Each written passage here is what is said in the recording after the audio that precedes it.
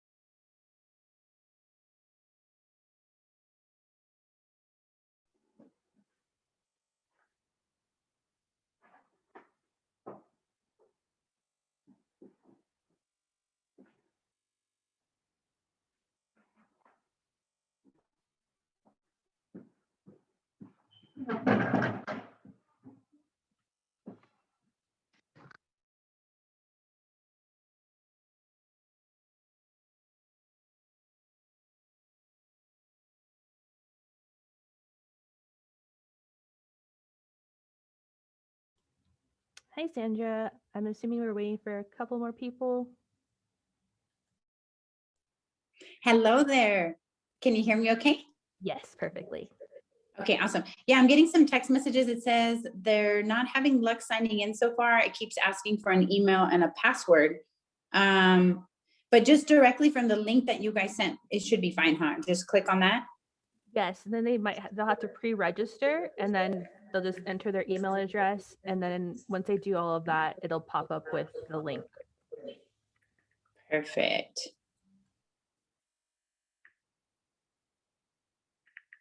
Maybe.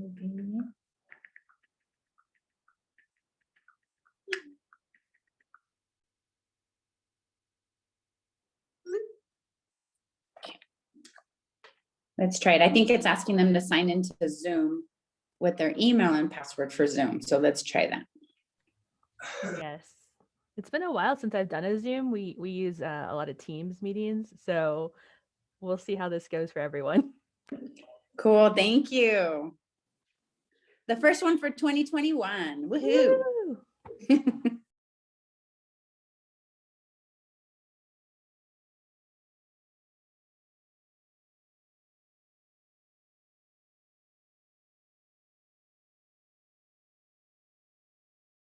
And can everyone see the welcome screen? I can. Let me see. Perfect.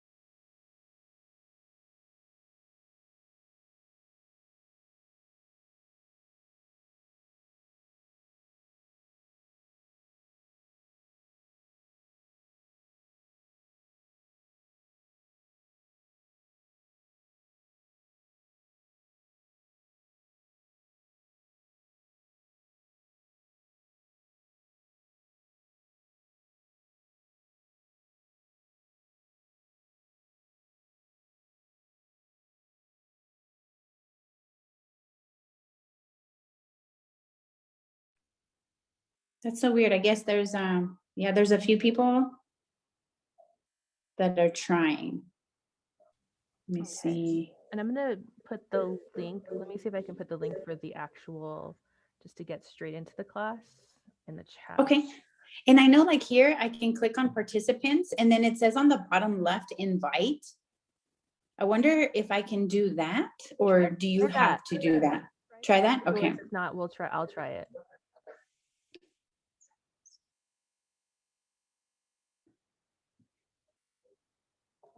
let's see.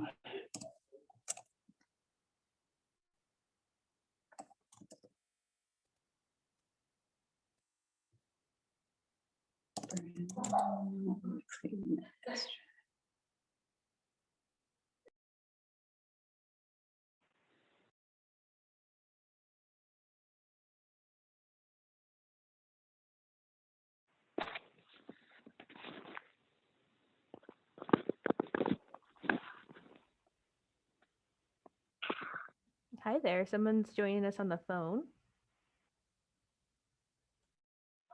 Yes, I cannot figure out how to do it through the email.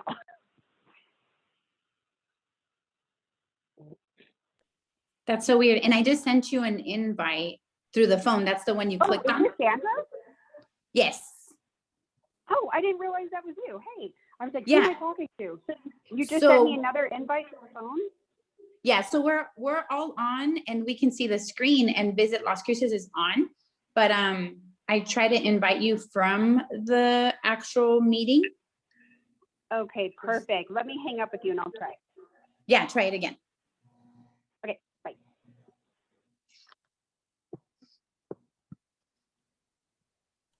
And we now have Brenda and Chris on the call.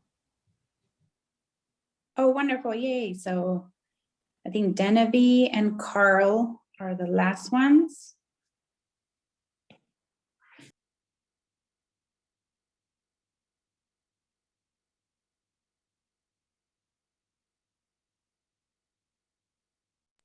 And you are Liz, correct? Yes, I am Liz. Okay. Nice to meet you. Very nice to meet you. Virtually. Right. Hey Liz, how are you?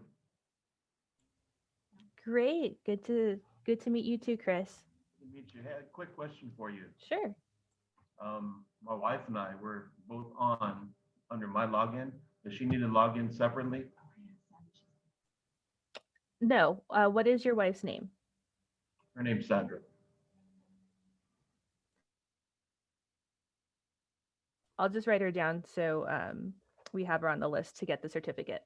Perfect. Thank you very much. Mhm.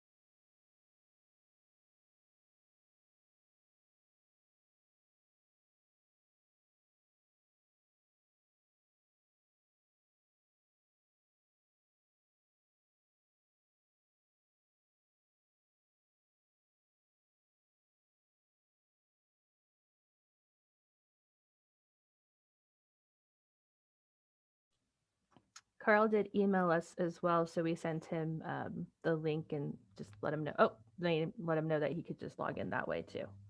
Just FYI. Thank you.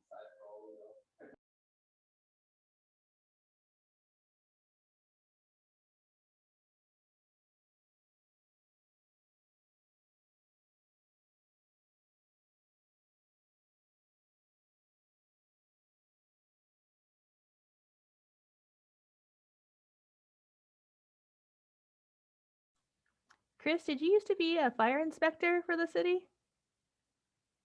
Or still are? No, you're correct. Yeah, we met working, on a couple of events back in the day. But yeah, I retired almost 2 years ago. Oh my goodness, how time flies. It's crazy, huh? How are things? Yes. I mean, they're pretty great. We haven't needed an inspection for an event in a while, unfortunately. But hopefully very soon we will again. Yeah, hopefully.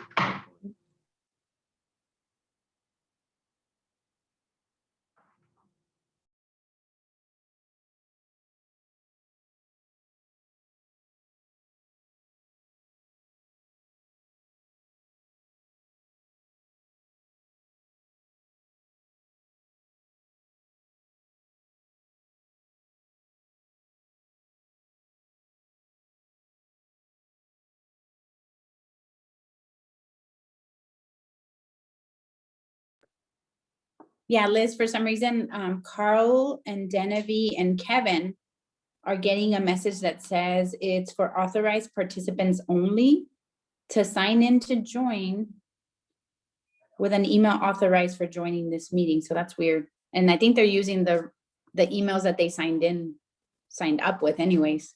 Oh, that is so interesting. Let me So- see. Go ahead. Oh, I was just gonna say, I had to use my email that I generally sign into Zoom with, not the email I use for real estate. So if they have a different email for their Zoom, that's what they need to sign in with. Oh, I see. Cool. I'm going to text them and see if that's the problem. Okay. Thank you, Crystal. No problem. And just let me know if you do want to get started, and then we can have them jump in, or we can just make sure that they have the right link. We can resend that. I don't have Yeah, that'd be great. so. Yeah, that'd be great if you want to start. That'd be great because I know that some of us that are on might have meetings with clients after this. So that'd be great if we can start. And you're recording this, Liz? Yes, we are. So we can send the recording as well. Okay, that's perfect. Sounds good. Okay, let's Thank get you. started. So welcome everyone to this is our first live class of the visitor journey we've ever done over Zoom. We did have a pre-recorded one that we were using mainly for the NMSU HRTM program. So it's great to have you all here. We are going to be using the learner's guide today quite a bit. So if you want to have that handy, that's going to be beneficial to you. And you can also use it to take notes during the class. So we're going to get to introductions, but I did want to start off with a question from your modules. So remember Bob and Sue? How did their trip turn out? And feel free to jump in, raise your hand. This is a very intimate class, so very laid back.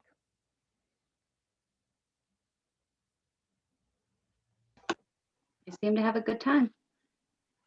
Exactly. They had a great trip because of all of the help that we gave them. So this class, the A2D, is to create visitor champions. That's all of you. And we want to make sure we're providing a consistent, positive experience for our visitors from their arrival into Las Cruces until they depart. So just a little introduction for the class agenda. We're going to start off with introductions of all of us. Then we'll go through a few assignments, and then we're going to touch on space tourism, which is a new addition to our class. So let's start with the introductions. I'll start with me. I'm Liz Vega. I'm actually the event manager for Visit Las Cruces. I've been with Visit Las Cruces for about 4 years now, and I've been with the city of Las Cruces for 10 years in different positions. And then what also we're gonna do is give your favorite restaurant that you would recommend to a visitor, and there can't be any duplicates. So I am going to write down the restaurants on a document and then email them to all of you. So you have them a handy list in case you ever get asked which restaurant to go to. So I can call on names, or you can kind of do a self-selected, whatever works for you. I can start. Let's start with you. So my name is Sandra Espiritu. I'm the qualifying broker and the owner of Enchanted Realty. And I've been a realtor for almost 16 years. And I think my favorite restaurant, I wanted to go first because I don't want anybody to take it from me, is Luna Rosa.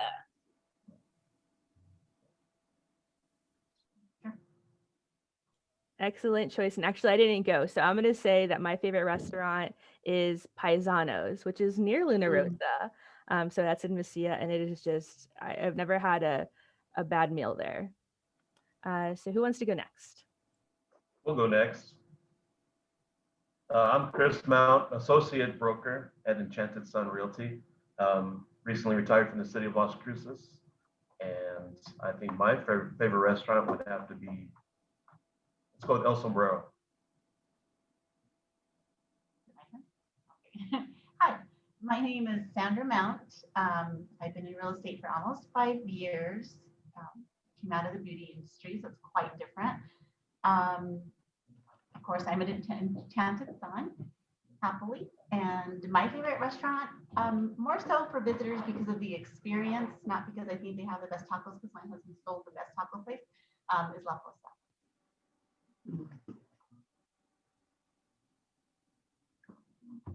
I'll go next because I don't want anyone to take my restaurant.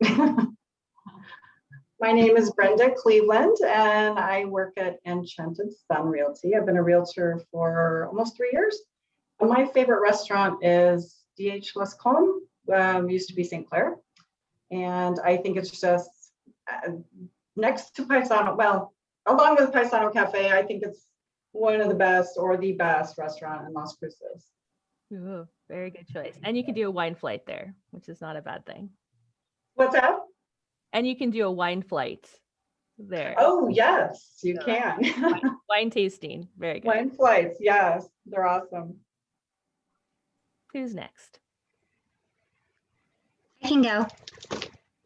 Hi, I'm Gina Bermudez. I am an associate broker also with Enchanted Sun.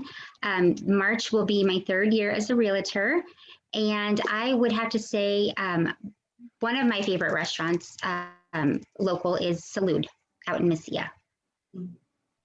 Very good choice.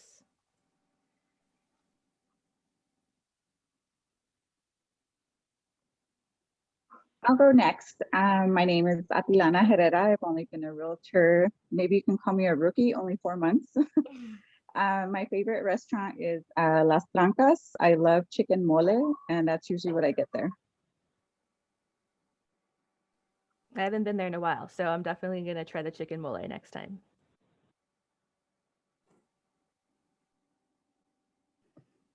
I'll go next. I'm Tina Berg. I am new to Enchanted Sun for about a month and I'm loving it. I've been a realtor for going on 4 years. One of my favorite restaurants here in town is Peppers in Mesilla. Very good. And right next to Double Eagle in case you wanted to go there as well. And then we have Crystal. So I've been a realtor for I think like almost 4 years now, 3.5, something like that. And I'm actually new to Las Cruces. I've lived in Alamogordo most of my life, but I'd go to Cruces for kind of the general things that Alamogordo does. So it's always been like quick food, if we ate there or, my sister's house. So I don't really know a whole lot as far as that goes, which is one of the reasons I'm excited about this class and figuring out all the different resources for Las Cruces. Absolutely. Well, we'll make sure that we send you this list and you can pick out your favorite for the next time. And then I think we have, is it Denevi who's on the phone? Denevi? Hi, yes, it's Genevieve Close. And I have been a realtor for a little over a year now, and my favorite restaurants in town, oh my gosh, I don't even know how to answer that. I was like trying to think. I don't know. There's so many good choices. Probably Renew's Thai off the 70. I know it's not really in town. It's technically in Oregon, but that's kind of like our go-to stop. Very good choice. And that was one thing we wanted to stress in this class too, is some of these are in Mesilla, but that's okay because they're probably going to be staying in Las Cruces. So even if they're exploring other places, that is completely fine. Completely fine. Okay, so now that we've done our introductions, let us go forward with our assignments. So in module 1, we learned the impact that tourism has within our city, and actually updated these for 2019 numbers that we received from the state. So in 2019, we had $427 million spent by visitors in Doña Ana County alone. That translates into $47 million in state and local taxes, and that supports over 4,000 jobs. It's actually like 4,103 jobs, which is fantastic. Ooh, and Carl has joined us. Let me let him in really quick here.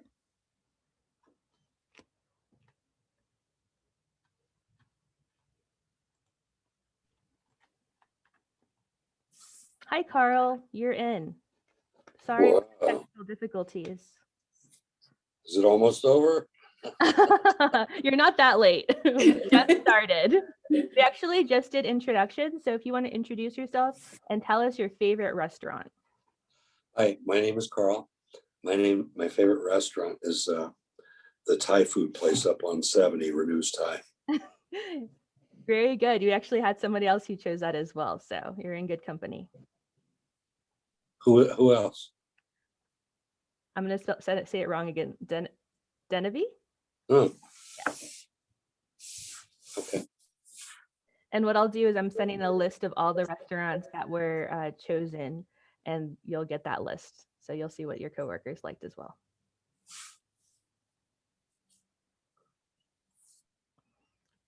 Okay, so let's continue with module 1. So again, hundreds of us interact with visitors every day. Sometimes we don't even know that they're visitors. That's why we're always trying to have customer service no matter who we meet. So this is going to be kind of a call out. So feel free to unmute yourself and just call out an answer. This is from your first assignment.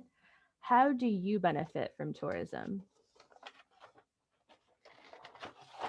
Don't be shy. Lower taxes. Good one. Job security. Absolutely, right? Turning visitors into permanent residents. Anyone else? Okay, let's talk about drawbacks to tourism then. Does anyone have a drawback that they see to having increased tourism? Traffic.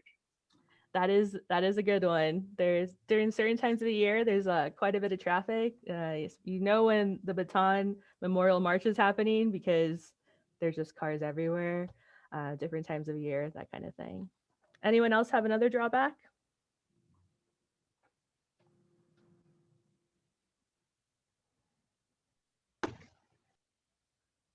Maybe like construction, a lot of new amenities that get added in. Sometimes there's construction, which leads to more traffic. Crystal, I see that you unmuted. Do you have something? Oh, I was just going to say the only thing I could really think of was the traffic issue myself. That's good. Not too many drawbacks then. So we definitely would like to see increase in tourism. And it's so funny because I moved here from California about 15 years ago. And I remember and from LA. So when I came here, I'm like, oh my gosh, it only takes 10 minutes to get anywhere in town. And that is like the best thing. But now if it takes me, 6 minutes to go down Lowman, I am mad. I'm like, oh, why did I come when school is letting out? So it's definitely so funny how that kind of starts getting into your head. Okay, let's go on to the next module here. Module 2, what visitors want and where to find it. So one thing we want to tell you is that we are here as a resource for you. We don't expect everyone to know all the answers to every question that gets posed to you, but we want to direct you to places where you can find the answer. So a few of the resources that we have is, of course, visit lascruces.com. We update it regularly with lodging, with restaurants, with events that are happening, things like that. We also have an e-newsletter. So what I'll do is hopefully get your emails from Sandra, and then we can enroll you in our newsletter. We released one for Valentine's Day, where we actually included some unique recipes to Las Cruces. So something that we try to keep very fresh for people. We just released our new edition of the Visitor's Guide. So the picture that we had in the module is actually not up to date. We have a new cover, and we have a bunch of copies that we can give you by the box if you want. So if you ever know you're going to have a bunch of client showings, feel free. We can load you up with visitors guides and other guides that we have in our office. We have a lot of maps and brochures, not only for Las Cruces, but for the surrounding area. And we also have a state of New Mexico map as well that we can provide to you. Newspapers are a great resource to find out what's going on locally. We have the Sun News and the Bulletin here, and their websites are usually very up to date as to what's going on. One of my favorites is social media. You can definitely find out what's going on. I don't know if anyone has joined the Las Cruces curbside restaurants. That is like a great Facebook page for recommendations on different discounts around town or what the specials are, especially on Taco Tuesdays. There's quite a few. So Casey, one of the other realtors in this office, she's the one who started that page. Oh my goodness. And I started one here in Alamogordo as well. It has been, I think, so great. I think a lot of restaurants are just so appreciative of it because it really is, it showcases, and it grew so huge. So yeah, kudos to that. And then we actually have an app for Visit Las Cruces that you could download, and it has walking tours, which is something unique to our app. So we do walking tours of the historic Mesquite district, and we also have a walking tour of the Alameda Depot district. So you can actually have them do self-guided tours, especially now when you can't go and meet with them in person, but you can direct them to that. We also recently this week opened our visitor center again. So you can stop by Visit Las Cruces. We're on the corner of Main Street and Amador, and we are open 8 a.m. to 5 p.m. Monday through Friday. So feel free to send anybody you'd like to our office or come in, stop by, and we can give you those visitors guides and brochures. We do have a limit to how many people we can have in the lobby, and we have instituted temperature checks. And of course, we have the mask requirement. But we are here now in the office, which is a great step since we have relaxed some of our travel restrictions. Any questions on any of these resources? Okay, let's go on to assignment 2. And this is something that, again, you can just call out. Which resources are most helpful? So usually in a live class, we break you up into groups, and then we give you a few minutes to discuss what the top resources are. But what I'd like you to do is just think about the resources that we just listed or any other ones that you can think about to share with the group. And then another question is who you can ask for help if you need an answer.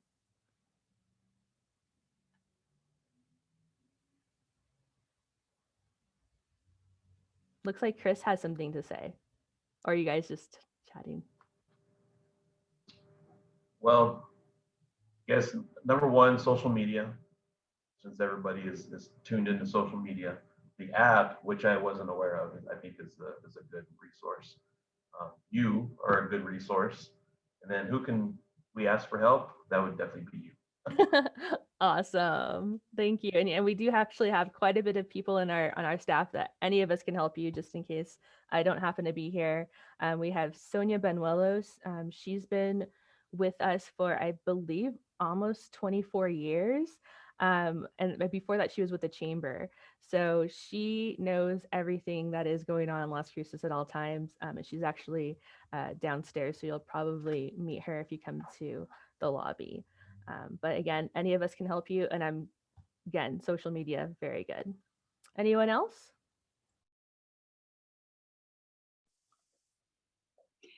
Usually when people like come into town and they don't know much about the area, we keep your guides at the office. And we put like a relocation packet together for visitors. So that's always super helpful. And we just kind of try to grab like local brochures of things to do around the area. And then the guide is super helpful because it has a lot of the demographic information that they want. So yeah, you guys have put out some great information. Awesome. That's what we like to hear. And our visitor's guide is actually a collaboration with the bulletin. So it acts as a community guide as well. So it's not just visitor driven. It can be for that relocation into the area. It has quite a bit of information, general information about Las Cruces, which is great. So we're glad those are helpful. And anyone else? We can move on. Pull the next module up here, which is module 3, getting them where they want to go. There we go.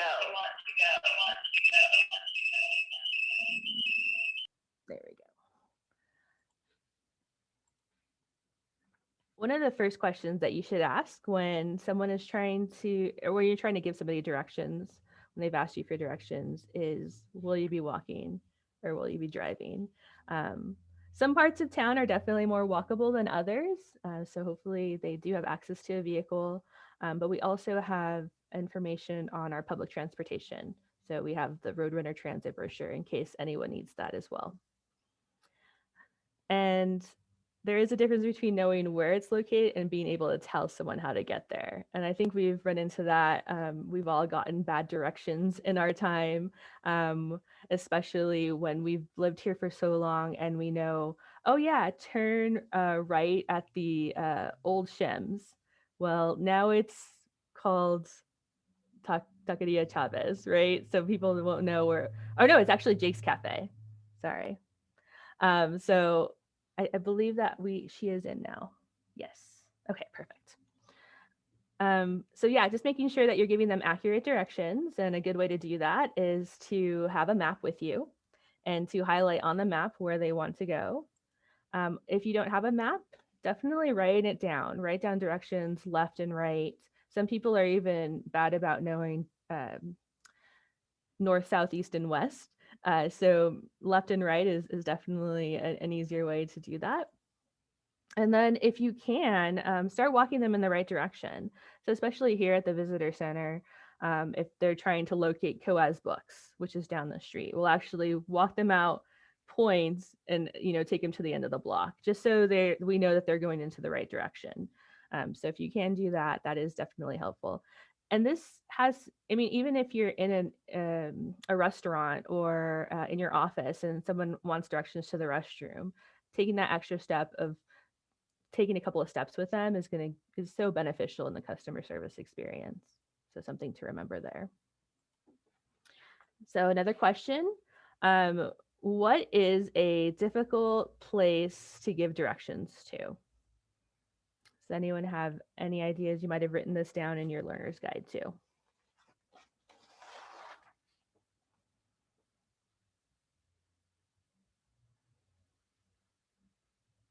While you're thinking, I am going to give you an example that we get more often than you would think. We always get asked where Pat Garrett's murder site is. I guess it's a very historical, there's groups that come in just to know Billy the Kid, Pat Garrett history. So giving directions to where that site is, there's like a monument, a little memorial to him, and giving directions there can be somewhat difficult if you're not aware of Highway 70, and then you have to go off to the frontage road. So it is a difficult place. Anyone else have any experience giving directions to somewhere difficult?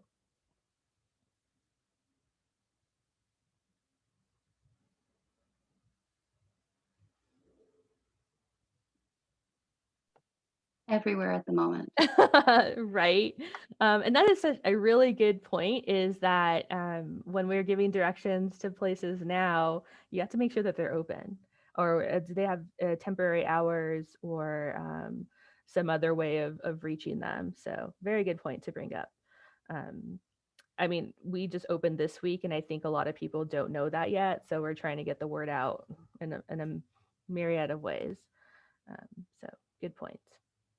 Okay, let's go on. So module 4, finding out what interests them. We have a little activity with this one. But we do have an abundance of things to see and do here, usually, right? Pre-COVID, and once we start opening up more things. And we are seen as experts of our area. So we want to give them up-to-date information on all of the things that they can do here. So the best way to do that is to figure out what the interests of the visitors are. Some visitors are interested in outdoor recreation. Some might be here for wine tasting or for the food experience. So before saying, oh, you need to check out the museums downtown, you want to make sure that's something that would actually interest them. So ask a few questions first. So we have this little assignment here, and you're going to think about the top 3 activities, and we can actually just do one activity per person or something like that. And then a restaurant that you would recommend to them, given that you have Bob and Sue, and they have a boy who is 8, a girl who is 14. They are active. They like museums and pirates. They also like boats and trains. And Bob and Sue do have a car, so you don't have to worry about them having to walk someplace. So I'm going to give you about a minute just to brainstorm about an activity or a restaurant that you would recommend to them. And then I'm going to call on, I would say, 4 people at random to give answers. So I'll give you a minute to think about that.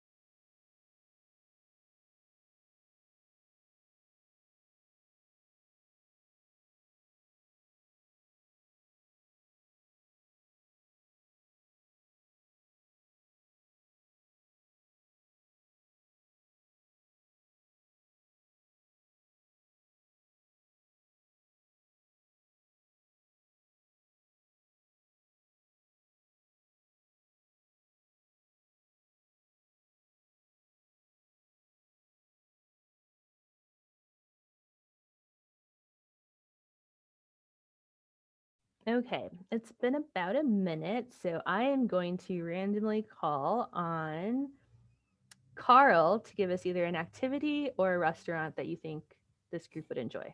That wasn't random, you know that. The only thing I could think of was the Railroad Museum for an activity. I was thinking arcade too for the kids downtown. The new one that's kind of was open for a while then closed down. And restaurants for 18 to 14-year-old, I think nothing really draws out at me. I think Chuck E. Cheese is a little too old for these kids, but really anything downtown I think is good. You know, kind of if you took them on, depending on what day of the week it is, they could eat, enjoy the plaza, go to the arcade, and just kind of eat at either one of the little pop-up food truck places, or enjoy the little park down there as well. Those are all really great suggestions, and I like your idea of staying in one location where they can just walk around. So a good day, like especially if you're talking to them on a Wednesday or a Saturday, you can say, yeah, come down and enjoy the plaza. There's actually a farmer's market going on where you can eat at one of the food trucks, and you can please a lot of palates by having a bunch of food trucks in one area. So good choice. I'm gonna call on one other person to give their suggestions. Let me go with Gina. Okay, I actually have a child in between those 2 ages, so it should be easy for me. I just kind of do ask them the questions and then kind of compare it to what my child would like. So he really enjoys going to the Museum of Nature and Science just to see what's going on there. But then we also have an art museum, so that might be fun for them. And then for eating, I guess it's sort of local. He loves to go to Farley's. So there's something to do for everybody as long as it's during the day, not after a certain time, kind of like the Rad Retrocade. Farley's is probably what I would recommend. They could sit outside. He can play video games, watch football, baseball, whatever might be going on at the time. So I think that might be a good place to recommend. I think those are his favorites. So I always kind of divert to that. Absolutely. I think those are great suggestions. I love Farley's. It is a really cool location that has like games inside, and then it's a great area too. So like if you want to have a meal at Farley's, and then right next door is Sonic, so you can go have a shake afterwards or something like that. So creating those little experiences in an area, I think, is really important, especially if they're like staying at Hotel Encanto, because it's right across the street. So great to ask those questions and then to make suggestions off of those. All good choices. Let us go on to the next module. So give them more than what they expect. We're always asking you to be a little bit extra because Las Cruces is so unique. So what you want to think about when you're giving them suggestions on things to do is to think of the acronym GNU. You can pronounce it new. So what's going on, what's nearby, and what is unique? What can't they get anywhere else? This is a great picture of our Roadrunner, which is made out of recycled material. And is located at exit 135, in case you need to know. So yes, looking for those insider tips, us being the experts in our area. So a couple of facts about Las Cruces, and this is a controversial one maybe, because there's many different ideas on what Las Cruces was named for. So does anyone have a story or the answer to this question?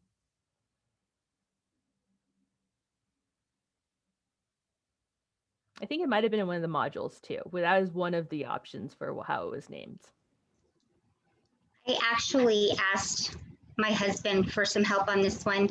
I didn't grow up here, so I wasn't sure. I thought it was where they passed, the settlers passed from Mexico, and my husband is the one that said no. I think it's based on a burial site where they found 3 crosses, and so that's why it was named the Crosses. So he's the one that actually gave me some inside information that I wasn't aware of. Yes, so those are both of like the predominant ideas. One is Las Cruces, it's like the crossroads, right, on the on major trails, Camino del Real, and all that kind of stuff, or that it was actually a burial site. So there's crosses as you came over the pass because of the people who didn't make the journey up to Santa Fe or run into some violence and things like that. So depending on who you ask and how passionate they are, or if they're native Las Crucen, you'll get a bunch of different answers. So it's okay to, I don't know if there is a specific, and that's something we'll have to research a little bit more, if there's, an agreed upon naming of Las Cruces, where it came from. So good answers though.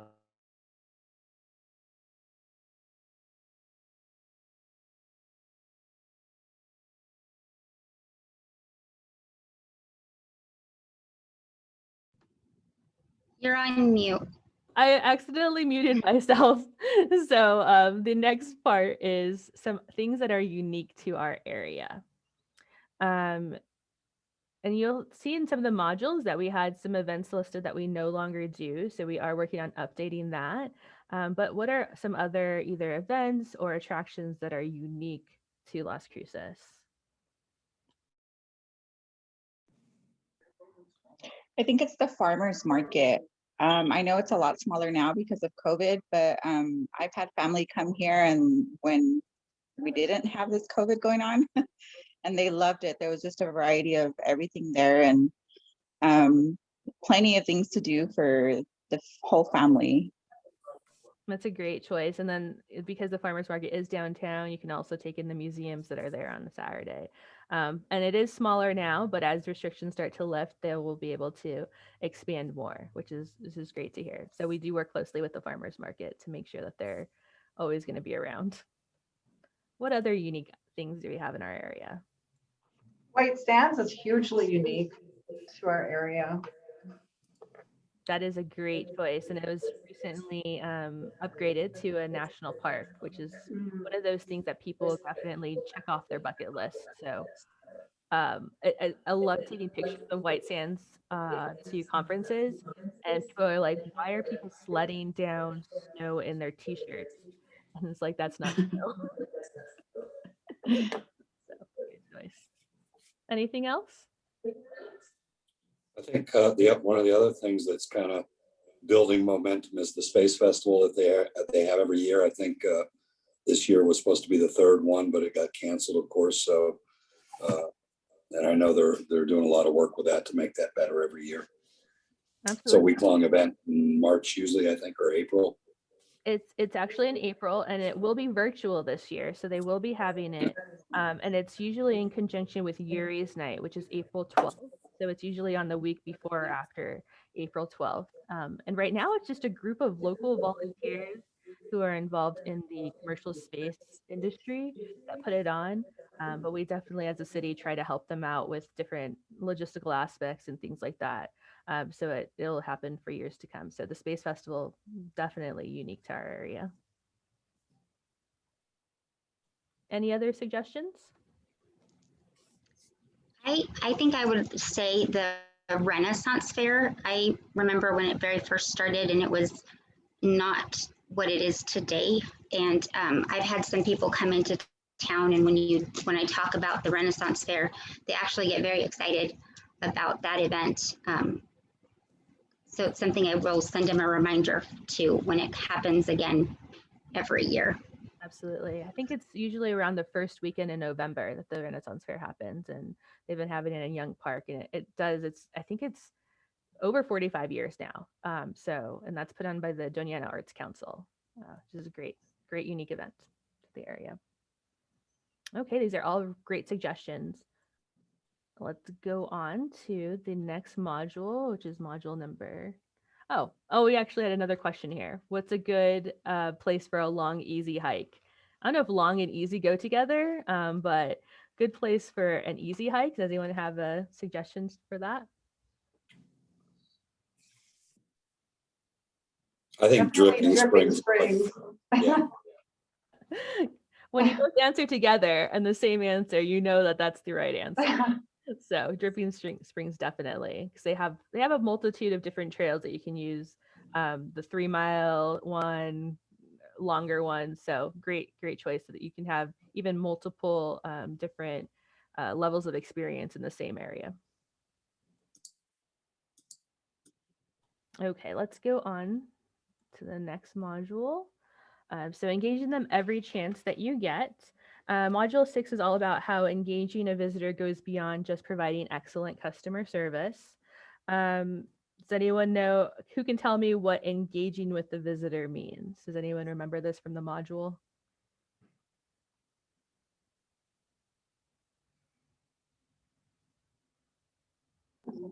It means like making eye contact, smiling, active listening.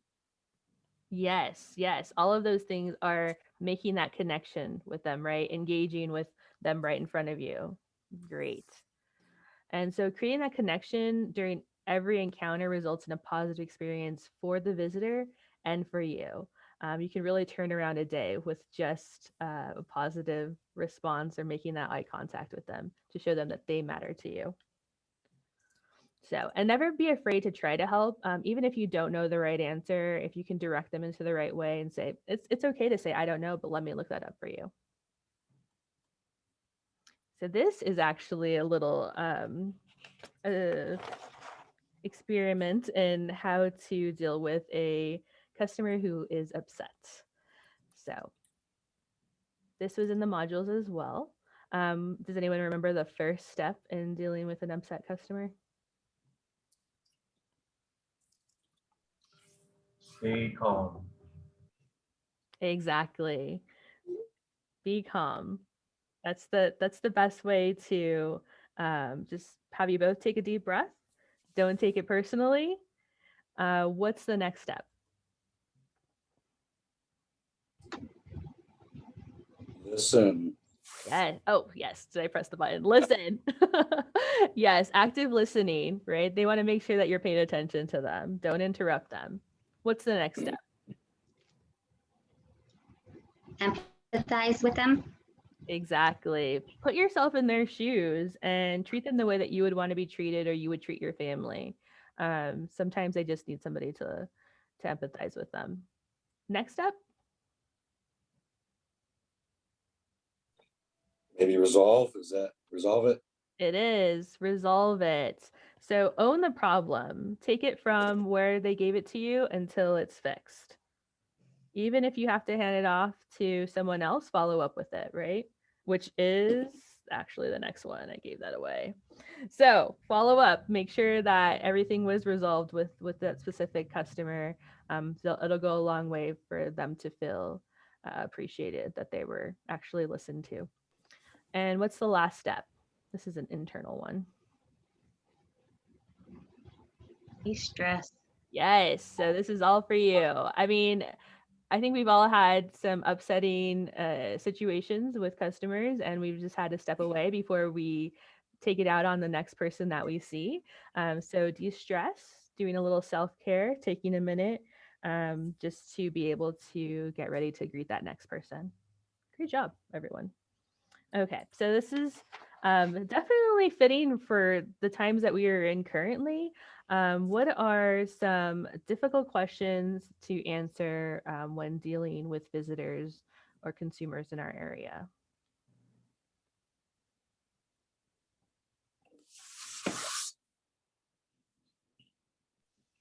I would say for us, because we're in real estate, it's a little bit more challenging because we can kind of just give people the facts, but we can't necessarily steer them towards something. Like we can't steer them towards a certain like neighborhood or a certain school or steer them away from it, but more like just finding out the facts and just being a resource so that they can have the information and they can kind of make that decision on their own.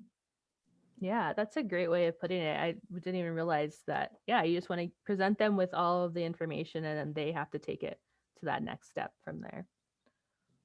Anyone else have a difficult question to answer?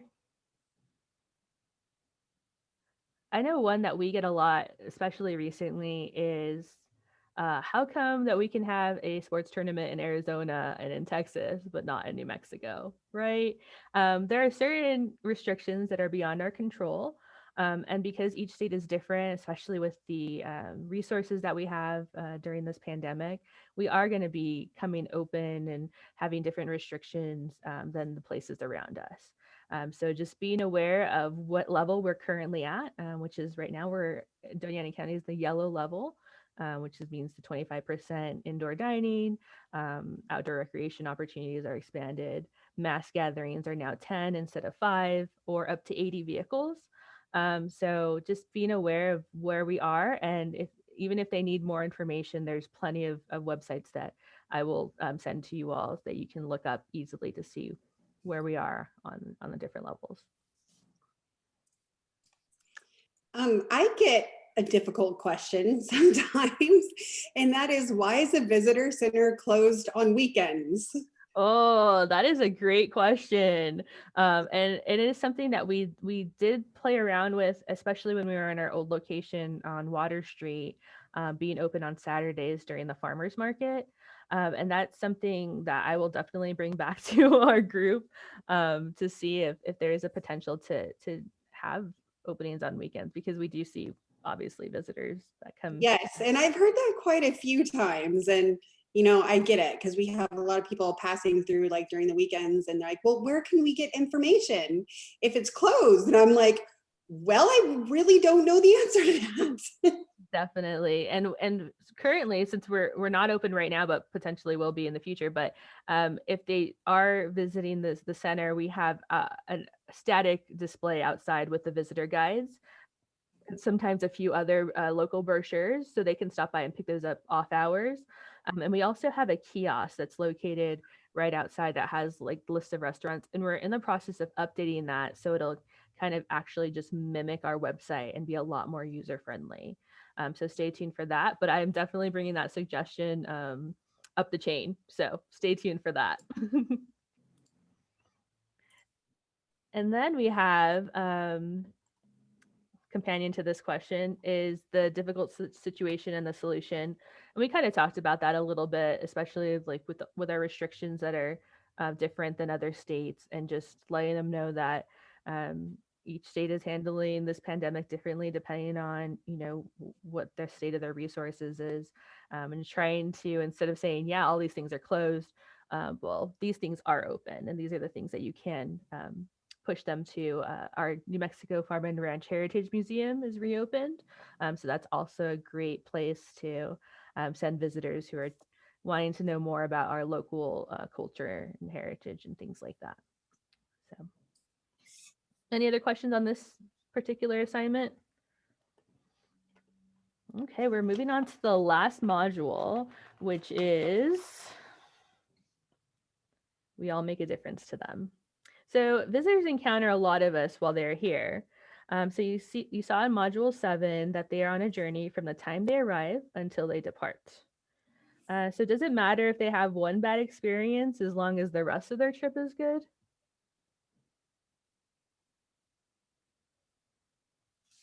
Yeah, so we want to make sure that they're not having any bad experiences, because that really can affect an entire trip. So what happens when it's your turn to help that same visitor after they've had a bad experience? It's not very fun, right? They're colored by the past experience, and now they may be a little bit more angry, a little bit more short when they come to you. So making sure that we are leaving the customer with a great experience on our end is going to help that next person in line until they leave Las Cruces. So these are the things that we want to do. We want to make sure that we welcome each visitor, that we thank them for being in our city, and then we also invite them to come back, right? Return trips is our bread and butter. So we want to make sure that they have such a great experience that this is now something they come back to, and then they bring other people. They bring the rest of their family. This is especially important with when we do a lot of our conferences that we host at the convention center.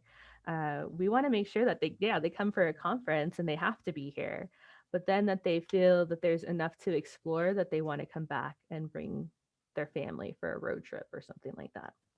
So things to consider. So the last assignment that we have here is, what are we going to do to help make a great experience?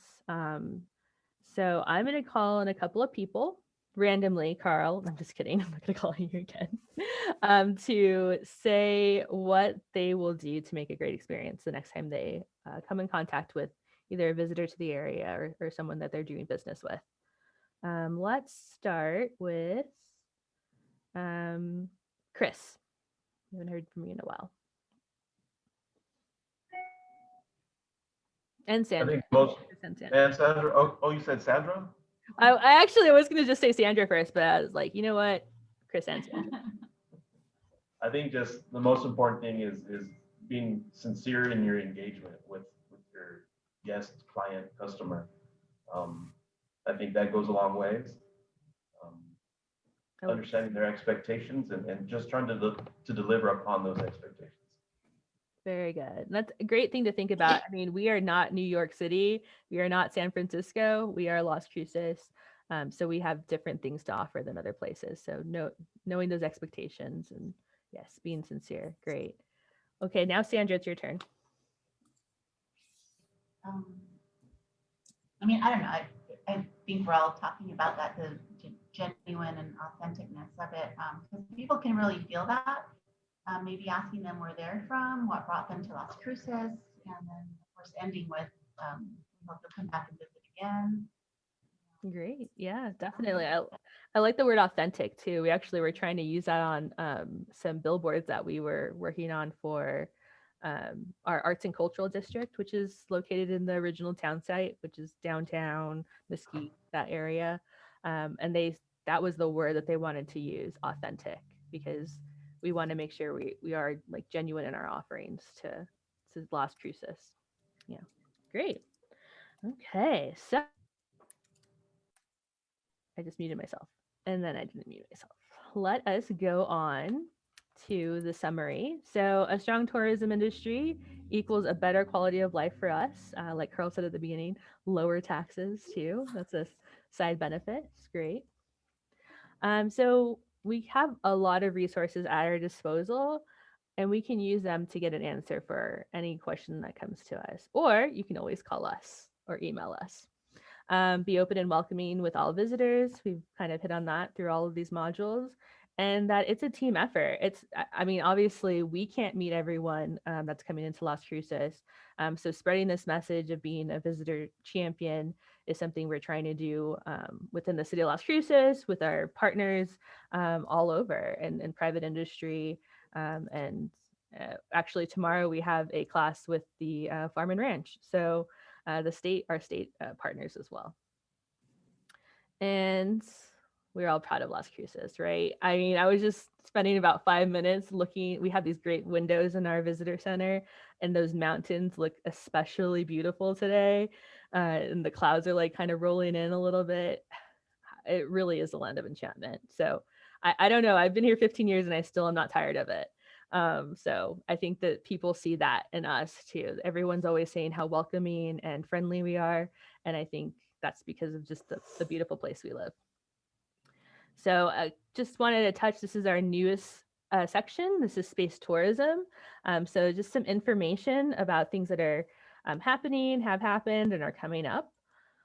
So we have this cool branding that we've done, which is a place for space. You've probably seen the banners around town, and we're actually looking at redesigning those. So you might see new ones in the coming months go up. So the history, we have a really rich history of space in this area. We have the White Sands Missile Range, which is the birthplace of America's Missile and Space Program. They actually have a really cool outdoor park that you can check out, and it has a bunch of old rockets and missiles and things like that and planes. So definitely a cool place to check out, and only about 30 minutes away over the mountain.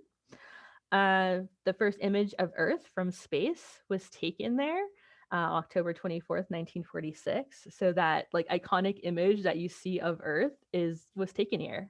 That's crazy. So I was doing some research today about Pluto, Clyde Tombaugh, right? He's the renowned astronomer who discovered Pluto in Las Cruces. We have a bunch of things named after him here. And even though the rest of the world might not think that Pluto is a planet, in New Mexico, there is a law that when Pluto passes over New Mexico, it is a planet. We pass that into law, which is great. So I was looking that up today and found out that tomorrow is actually Pluto is still a planet in New Mexico Day. So make sure that you have a toast on February 18th to Clyde Tombaugh and to Pluto. We also have the White Sands Test Facility that's basically across the street from the missile range. That was established by NASA in 1963. And if you're, and we can arrange visits to these locations. We have some great partners who love to open it up to people who are interested in more in the space. They have the great like NASA letters. Like you can take a picture in front of the NASA letters there, which is super cool. And of course, Kilbourne Hole, which is harder to get to, and it's I think they limit access, so we can get you more information on that. But that's where the Apollo astronauts were training for their moon missions. So very cool stuff. So we have Spaceport America. It's the world's first commercial spaceport designed and constructed for space flight. It's only 45 minutes away. It has a bunch of the horizontal and vertical launch areas that are very unique to this area. We also have, of course, Virgin Galactic, which we're all aware of. That's the anchor tenant there. There are a bunch of other companies that have spaces out there. So we have Spin Launch, and they're looking at doing a centrifugal force movement to launch satellites into space cheaper than doing, one-off missions. SpaceX has done things up there, Up Aerospace, Exos Aerospace, Pipeline to Space. And these are only the companies that we are at liberty to discuss. There are other secret, missions out there all the time. So it's really a cool thing. It also has appeared in national commercials, films, and they host special events up there. Unfortunately, this year the Spaceport America Cup won't be happening, but every year before this in June, we would have 1,400 university students from across the world come to Spaceport America Cup to launch their rockets that they created. It's kind of a competition within the college community. So if you ever notice an influx in young people in June and we're wondering where, and they had their little badges and everything, that's what they were doing. They were, being rocket scientists. And I did include this. This is a new picture of AeroVironment, which is also partnered with HAPS Mobile. And this is a company that does unmanned flights for planes. And their mission is to have like these unmanned flights last for up to 6 months. It just boggles the mind. But they just built this new facility out at Spaceport. So very cool stuff happening. And then, of course, we have the future with Virgin Galactic. I was so sad to see that they postponed the flight for, that was supposed to happen this past weekend. But we know that they're going to be doing it very soon. So Virgin Galactic is that commercial spaceflight company. They're going to have space tourists. So we call them future astronauts, people that are going to go and experience these flights. And I was actually at this conference, I think it was in Albuquerque or Santa Fe, where Sir Richard Branson announced that Virgin Galactic operations were going to move from their California home to Spaceport America. And I believe we have about 140 employees. And I know that they have worked with your Realty group to find permanent homes here. And hopefully we'll have more. And that is it for space tourism. So we're at the end of our journey here and just want to let you know of a few next steps. Actually, before that, I wanted to open it up. Anyone have questions on that space tourism portion?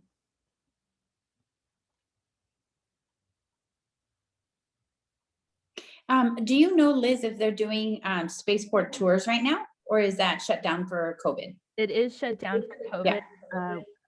We have some new administrators for the city who are going to take a tour, but it's very limited to try to get people out there. But as soon as it is open for visitors, we will send that out to everyone to let you know, because we have been prior to COVID, we were actually having tours leave our visitor center every week that you could purchase. So yeah, we will definitely keep you apprised of that. Thank you. Mm-hmm. Okay, let us, and I will be emailing out a bunch of different resources that you can learn more about any of these different topics. So look out for that. Next up, we'll send you a reminder to do your course evaluation through the online module. And we will be emailing your very own Visitor Champion certificate that you can print out and we can display proudly. And if you would like, we also will sign you up for our newsletter that comes out regularly. So I want to say congratulations to all of you for doing the online modules and then coming to this live class with us. You are now officially visitor champions for Las Cruces. So thank you for taking that initiative to learn more about Las Cruces and to carry it forward with all of our visitors that come through here. And I will open it up to any questions. But yes, Chris is already celebrating. Just pop the champagne.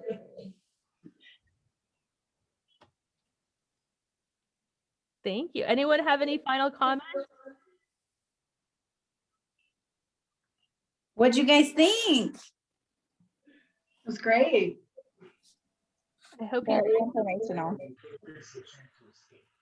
This has been really helpful, especially since I'm, you know, kind of technically new to the area, and it's been really helpful. fantastic. And for us that have been born and raised here, I was kind of embarrassed to not know things I should have known. So thank you for providing that resource for us. Awesome. That's good. I mean, we can't know everything, but yes. Well, we're gonna it's a continual educational journey for all of us. Yeah, I thought it was super cool too. I've been here for a long time, since I was like 8 years old, and a lot of that information I was like, okay, that's good to know. And yeah, it's nice because when visitors come by, and some clients that move in from out of state, or out of the country or whatever, I mean, it's really important to know where we live and what we have to offer, and that information to provide. So I thought it was great. So congratulations to everybody. Everyone. Champions. Woo! I should play like we are the champions. You should Yeah. play that Yeah, song. I will. I'm gonna do that the next time. Thank you so much too for being our guinea pigs for this live class. And I've already made some notes on what we can improve for next time. So I think we should do this at least every year, because we're gonna have more information. So once we start developing new content, we're gonna let you all know, and we'll invite you back. Yeah, that'd be great. Awesome. Hey, is the lobby open regular hours now, or? Yes. I know it was closed a couple weeks ago, but We just reopened on Tuesday for regular hours. Now it's Monday through Friday, 8 to 5. But I have a suggestion that if we start doing weekend hours, you'll be the first to know. okay. And those the new visitors guides are over there right now? Yes, we can send you Okay. with a few boxes if you stop by. Let us know. They're heavy. They're heavy. They're great doors. They're really heavy. So if you want to just start with like a pack of 10, let us know. We can do that. Okay. All right. Thank you.